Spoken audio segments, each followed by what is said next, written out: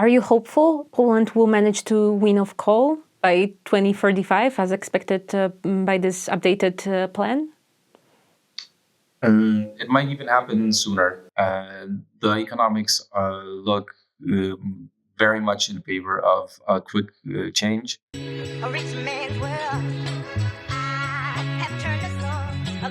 Welcome back to Warsaw Wire, a podcast about Poland's economy, business, and energy. I'm Alicja Ptak, a senior editor at Notes from Poland, and today we are diving deep into Poland's long and complicated path towards a clean energy future. Despite EU targets, climate funding, and growing pressure from investors, Poland remains the most coal-dependent country in the European Union. Its energy transition has been slow, politically fraught, and often contradictory. Joining me today is Tobiasz Adamczewski, Vice President of Forum Energii, one of the leading energy think tanks in Poland. He will help us unpack where things stand, what's new in the National Energy and Climate Plan, and whether recent political changes might finally help to move the needle. Tobiasz, welcome to the show. Hi, thank you. Thank you for having me, Alicia. Let's start with the basics. A lot of our listeners probably don't know or would want to know a little bit more about what was Poland's history with coal. How come Poland has become one of the most reliant on coal countries in the European Union? Yeah, Poland has a very specific situation because we are a nation which is geologically rich in coal. And in the southern part of Poland, in Silesia, we have a lot of coal, which is hard coal. It's underground, very deep. It's the black kind of coal, and it has been used for producing electricity and heat in houses, in big power plants. But also anthracite has been used to produce product from metallurgy, which is also an important part of the Polish economy. And on top of that, we have a lot of coal, brown coal, which is called also lignite, and this coal is placed more in the central part of Poland, where Bełchatów is, and also in the southwestern part of Poland around Turów. And based on this, both lignite and hard coal, we've been producing basically all of our electricity and heat up until recent decades. And this was a natural state of being. This is what also happened in many other Western countries, especially like the UK. And right now, this is the time where our mix is going to change. Now, during the communist years, before 1989, there hasn't been a final decision to use nuclear power. This is something that happened in other post-Soviet countries. So Poland was basically left with producing electricity and heat from coal. Yeah. So there is one thing that has been fascinating to me for the past year and a half. Maybe you can shed a little bit more light and understanding for me on this. Poland's previous government, Law and Justice, was staunchly against winning of coal. It reminded that Poland is exactly the coal producer, that this is the energy source that they say would give Poland energy independence. But ever since, especially the start of full-scale invasion, Russia's full-scale invasion in Ukraine, the share of renewables under peak started increasing very rapidly, right? But they kept this anti-transformation rhetoric. while the new government that replaced peace came with words of, with promises and pledges to accelerate the transformation. But in the 18 months since they came to power, very little has happened.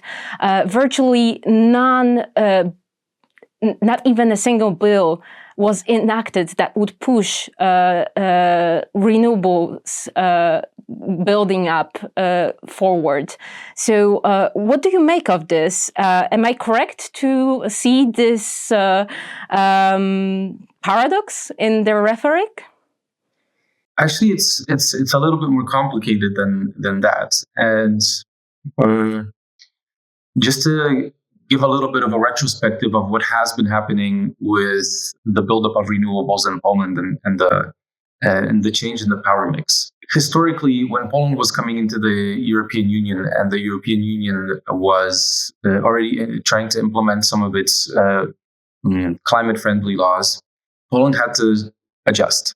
And one of the cheapest technologies available was onshore wind.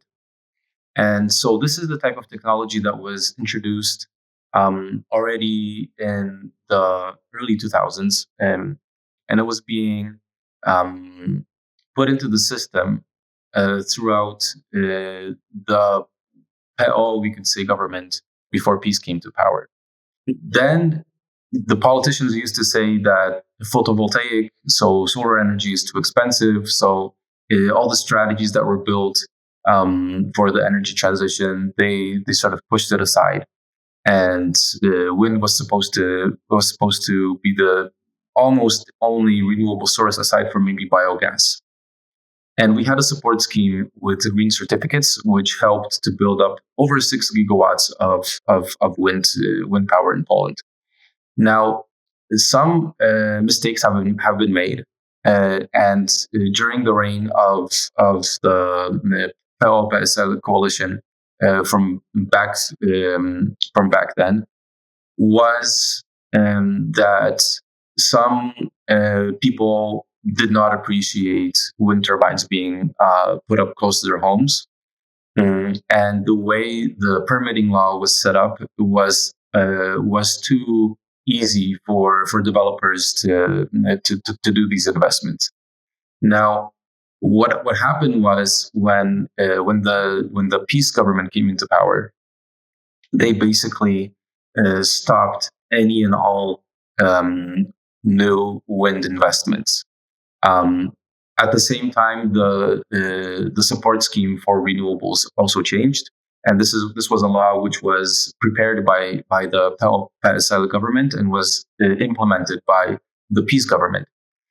So what happened was there was an introduction of an auctioning system, and the auctioning system was supposed to help develop photovoltaic systems, so PV.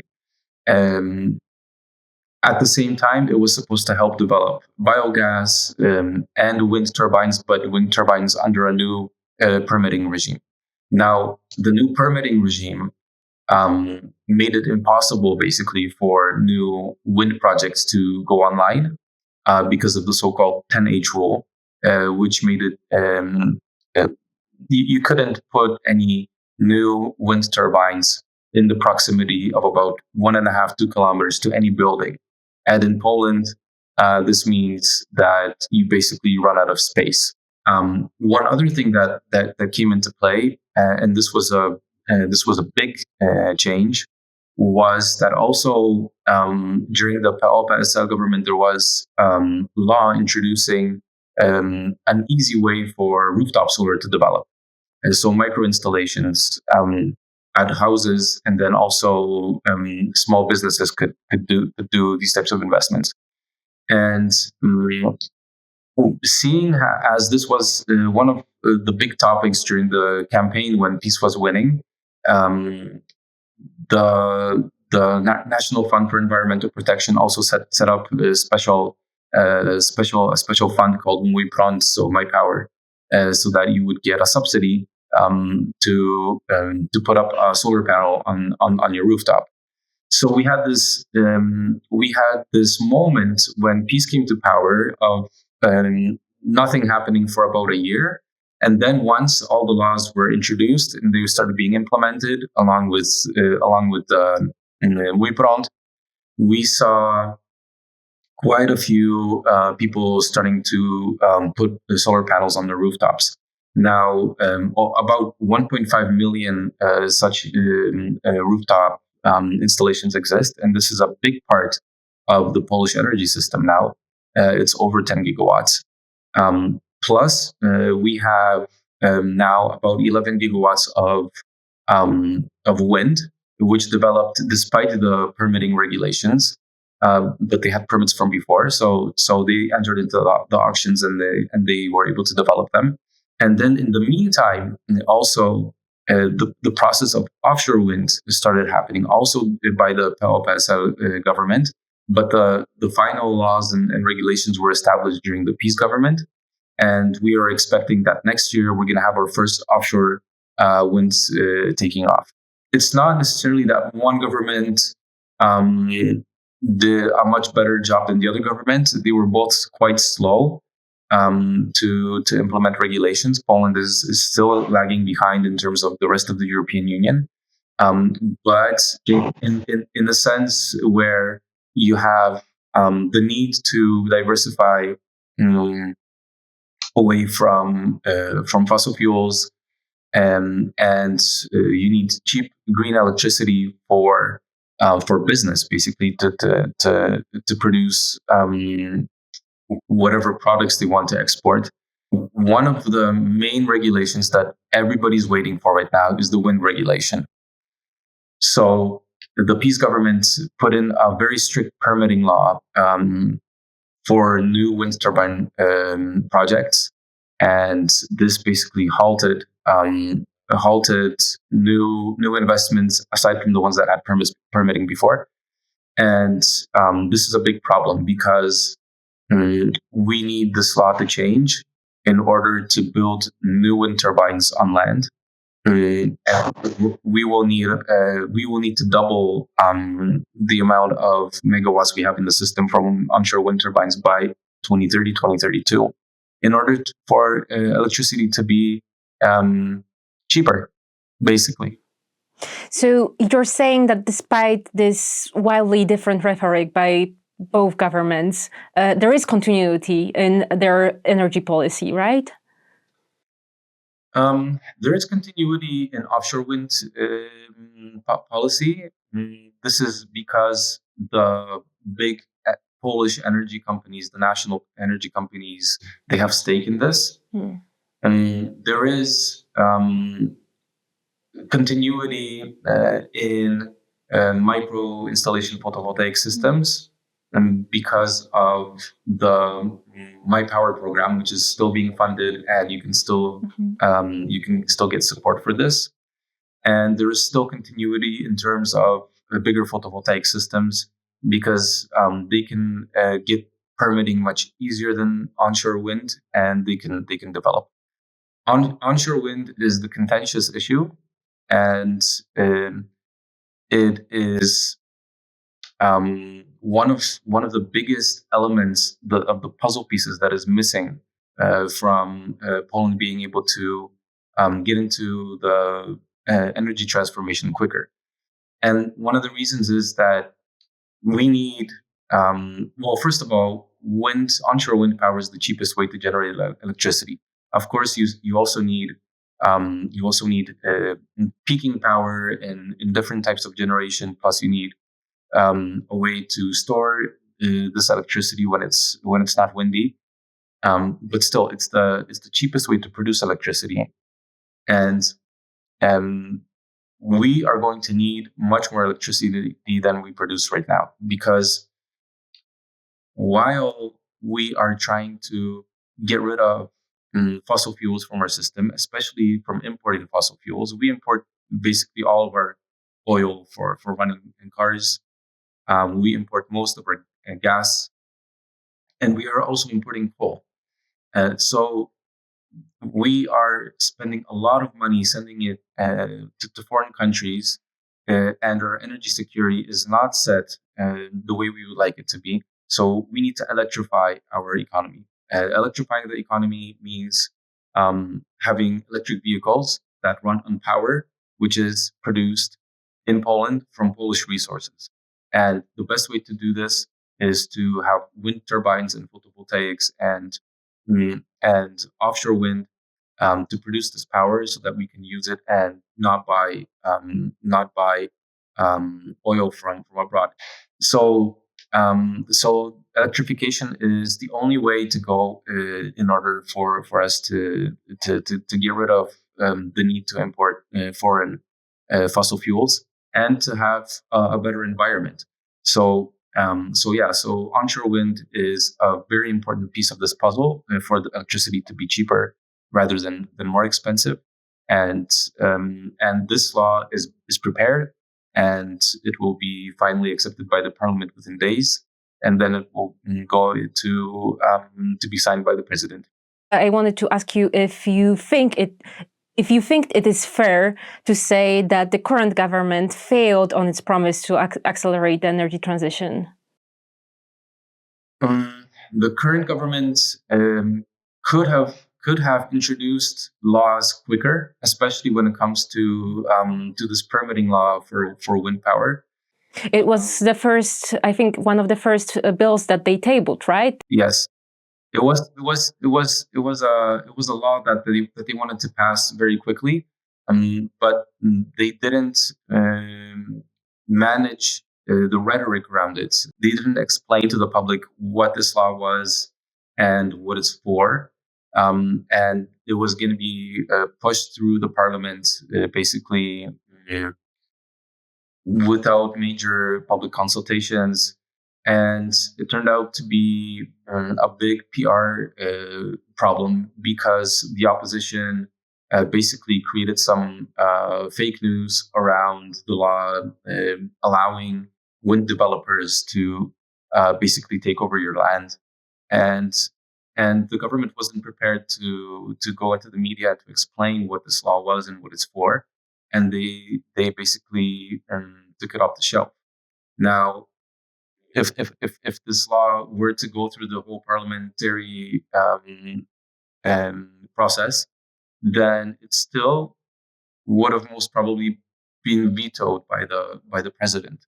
And so they took a different approach. They took things much slower. They prepared the new law, and it took them over a year to do so. It's not that much different than the one they introduced in the beginning. It's just a waste of time, basically.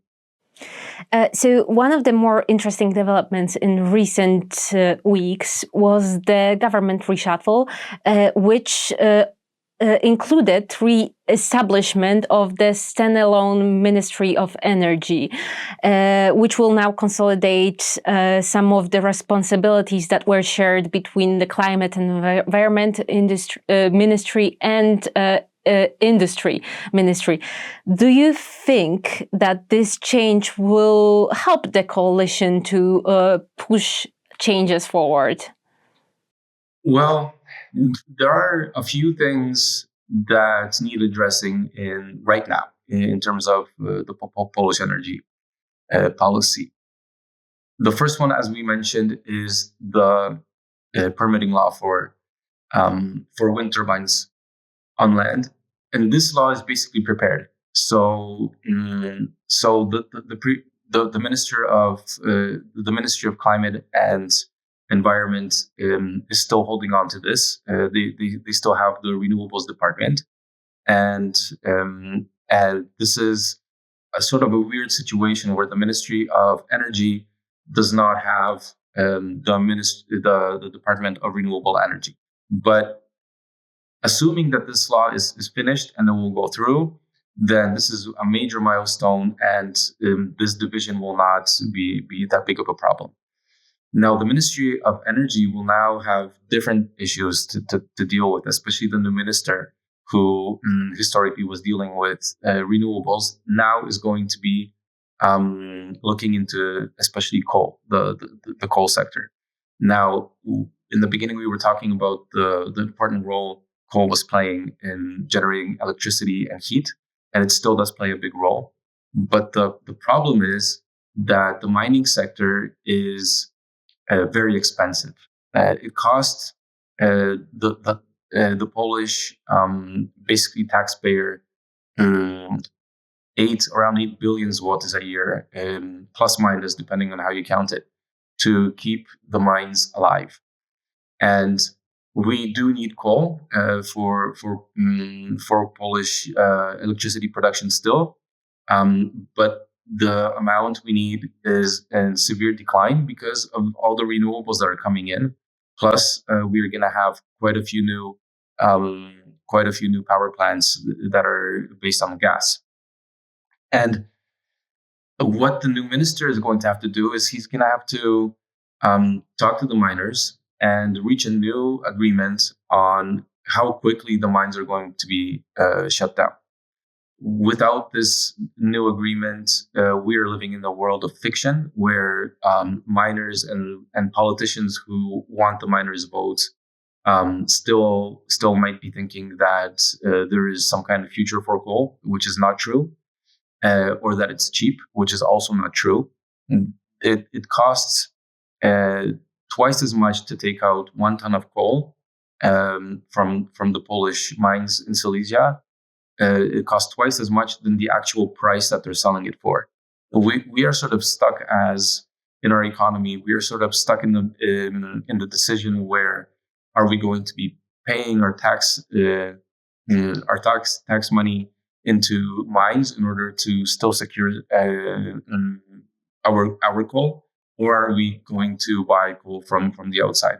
And for now, it seems that the consensus is that let's support our mines, at least for a while longer.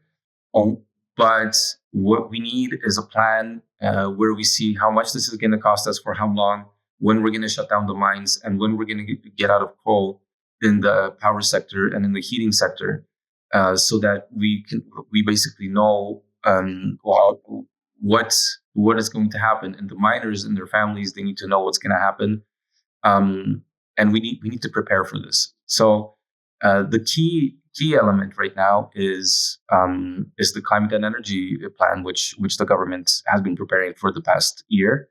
And this is another thing that is taking a long time, and it's taking much too long, but it's going to be key. So Poland has finally revealed its updated national energy and climate plan, though it is a year late in filing with Brussels. This document envisions a near total exit from coal by 2035 and a nearly 30% drop in household electricity prices by 2040, all backed by an estimated 1.1 trillion zloty in energy transition investments. Could you walk us through the key features of this plan? What's new, what's promising, and what is still missing? Yeah, we have just received some snippets of this new national plan, but we can already see that the government is sort of looking at what's going on in the market and in the energy sector. So previous strategies that have been produced by previous governments, they were very blind to the technological advances and the economy that was happening. This one, it seems that they finally caught on that the energy transition is happening. And we see a lot of investments that are being made. We have a lot of grid permits that have been given out. And the sector is building its renewables capacity. And we have also the capacity market, which is a support mechanism to introduce energy storage capabilities and new gas power plants. And this has given us quite a few new investments as well. Now, all of this is in the pipeline. So we know what is going to be built more or less by 2030. And this is what the government did. They looked at what the investments plans are, where the subsidy schemes are, and they show that by this time, by 2030, over 50% of our electricity is going to be generated by renewables. Now, we're going to have a lot of offshore wind coming online, so about 6 gigawatts by then. The plan also talks about around 17 gigawatts of onshore wind, which means that we need this permitting law to go through, and we're going to need to build up around 6 more gigawatts in this capacity, plus quite a bit more with photovoltaics. And this is something that we have also seen in our modeling, which basically makes sense because when you put information about the costs into economic and energy modeling, then this is more or less the kind of mix that you're going to get. It is probable that reality will show that more renewables will be producing electricity by 2030. We had about 57% of renewables by 2030 in our modeling, but we did that modeling about a year ago, expecting that the permitting law for wind is going to change. This didn't happen, and every year that we don't have new onshore wind projects, that's every year that we're losing out basically on the chance to reduce our bills. And then by 2035, and this is something we've seen also in our modeling, in other modeling, by 2035, 2036, somewhere around there, we see that coal is basically exiting the mix. So it doesn't happen abruptly. It happens smoothly over the whole decade from today. But it's basically the economic the cheaper way of producing electricity in 2035 is going to be with a lot of renewables. There's going to be quite a bit of new capacity when it comes to natural gas, but this doesn't mean that natural gas is going to be producing as much electricity as coal is right now. This is not an exchange of technology.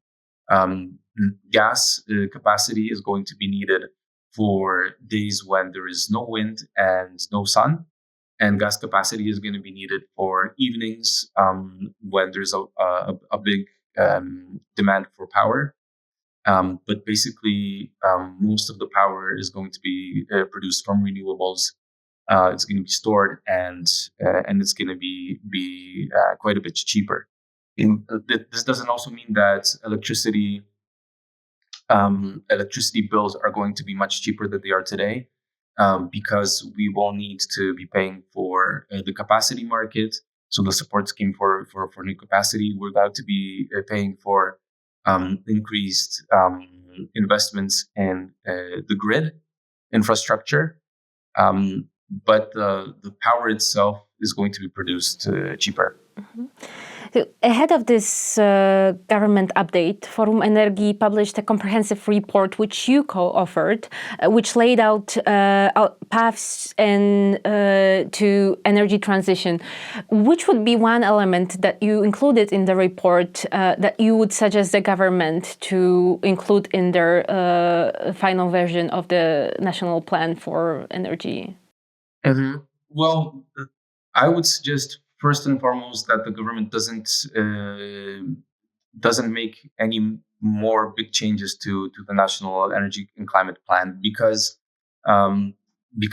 the energy market and society needs this investment pathway to be shown, to be accepted by the government, and to be laid out and to be implemented by public administration. There are some differences between the way we approached our modeling and the way the ministry is going to show theirs.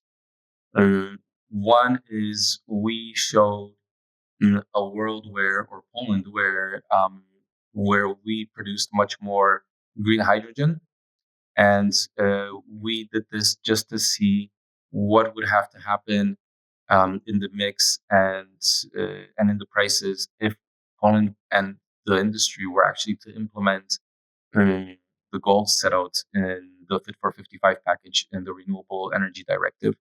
And the other thing that we have more of are heat pumps.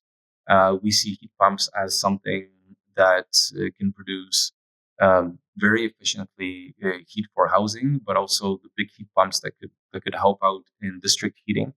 There is actually a lot of speculation around ETS2, so new emission systems that will cover transport and buildings, and which is set in to kick in 2027. And recently, the climate Minister of Poland, Paulina Henning-Kloska, said that it might not be implemented in its current form.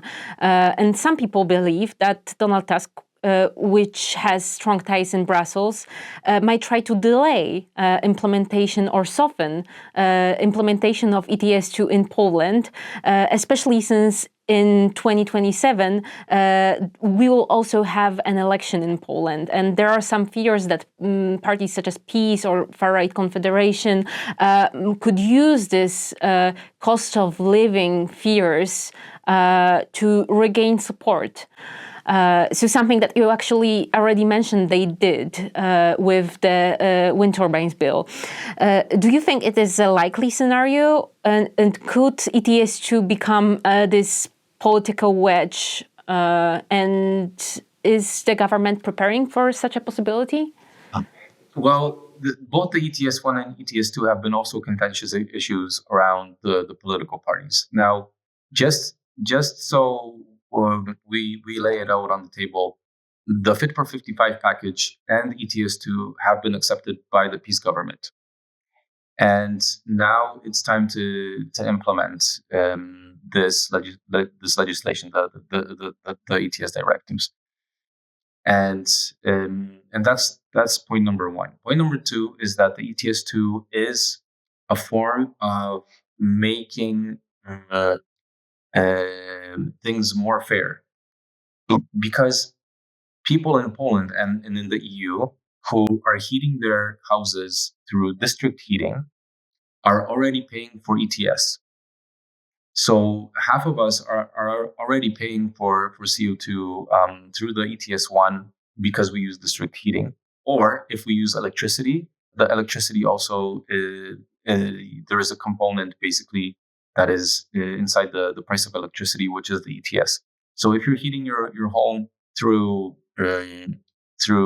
district heating or even with a heat pump using electricity from the grid, then you're paying for the ETS. So the ETS2 is sort of making it more fair, where people that directly burn coal or gas in their houses will also have to pay for the emissions. And the emitter pays principle is a fair principle, because basically whoever emits has to pay. Now, the problem with the ETS2, aside from it being a narrative problem where none of the governments have been able to basically go in front and say what it's for and how it can be used. Now, this money should have all been spent for energy transformation, especially for home refurbishments. And the idea behind it was that you have the ETS revenues, you give it back to society through programs such as the Clean Air Program to refurbish your homes, so that you don't have to use a coal boiler anymore. And there was a devastating problem, because we've been subsidizing as Poland, switching from coal boilers to coal boilers in the past. Then we've been subsidizing switching from coal boilers to gas boilers. And both of these technologies have will be a problem for if the ETS2 comes into play. So basically, we didn't do this right, and we didn't prepare ourselves for this change to come. And now politicians are saying, "Hey, we need a few more years." Now, will a few more years help? And we will see. Of course, it will be an election year, so it will be problematic. To implement ETS2 means you have to create laws in Poland for it to work. Of course, the government might stall with this. They might not do it. Instead of looking up ways to stop the ETS2 or to push it back for many years, there are mechanisms that can be introduced to make sure that the ETS2 is not that big of a burden for people, that it's more fair socially, and that people who are paying most of their paychecks for heating their houses, that they don't fall into energy poverty. And this is what a special fund was set up for, the Social Climate Fund, where a lot of the ETS revenues are supposed to go. And finally, we have a new president-elect. He is going to be sworn in days. And he is supported by peace and has been a staunch critic of the EU's new Green Deal and weaning of coal. I wonder, what do you think? While the president doesn't necessarily have power to shape energy policy in Poland, he has a power to veto any bill. So do you think that Nawrocki being in office right now will be another obstacle or a bigger obstacle than the incumbent Andrzej Duda to the government, or will see more of the same? Especially with this wind turbine bill that you mentioned, and which I think will be voted just a day before he takes office, right? Right. This will be probably one of the first laws that the new president will be seeing. And well, as I mentioned before, in terms of photovoltaics, in terms of offshore wind, in terms of biogas, in terms of energy storage, these kinds of things, they are not contentious issues. And I can assume that things might move forward unless there's a big political clash and there's just going to be obstruction just for the point of it. In terms of onshore wind, there was some negative rhetoric around this, but just needs to be good communication around this. It cannot be a political partisan issue anymore. We need onshore wind to go forward, and this law basically makes the decision process go to local societies and local governments to decide whether they want these types of investments or not. So the president, of course, he has the veto power, but it would make a lot of sense for him to basically say, hey, I can sign this because I know that you will be making the decisions of whether these investments will go through or not. And there's a lot of benefits that are coming in with this new law for local societies. Wind turbines, they pay to be on a specific site. So if you're an owner of land, then you're going to get paid for that. Two, all of society is going to benefit from taxes that these power plants are going to pay. And then the third thing is that the law stipulates that if you live in the proximity of these wind turbines, then you can get cash benefits, and this is basically inscribed in law. So it seems to me that these are the types of benefits that people who are going to be close to these wind turbines should decide whether they want them or not. And hopefully the president will see this. But if he doesn't see this, then at least hopefully he will see that wind turbine is necessary for electricity prices to go down, or at least not to skyrocket in the future, and to reduce our imports from foreign countries. And this is very much all about building our ability to, as a country, to have more freedom. Just to finish, are you hopeful Poland will manage to wean off coal by 2035 as expected by this updated plan? It might even happen sooner. The economics look very much in favor of a quick change. And now it's all about making sure that local societies who have been living through coal, that they are taken care of, and that there is a just transition. Mm-hmm. Thank you very much for joining us. Thank you for the conversation. Thank you also. And to our listeners, if you want to dig deeper into data and policy analysis behind today's episode, I recommend you read a written article based on this conversation, which will be soon published on Notes from Poland website. We will be back soon with more insight on Poland's business and energy future. If you enjoyed this episode, subscribe, like, and comment. Thank you for listening.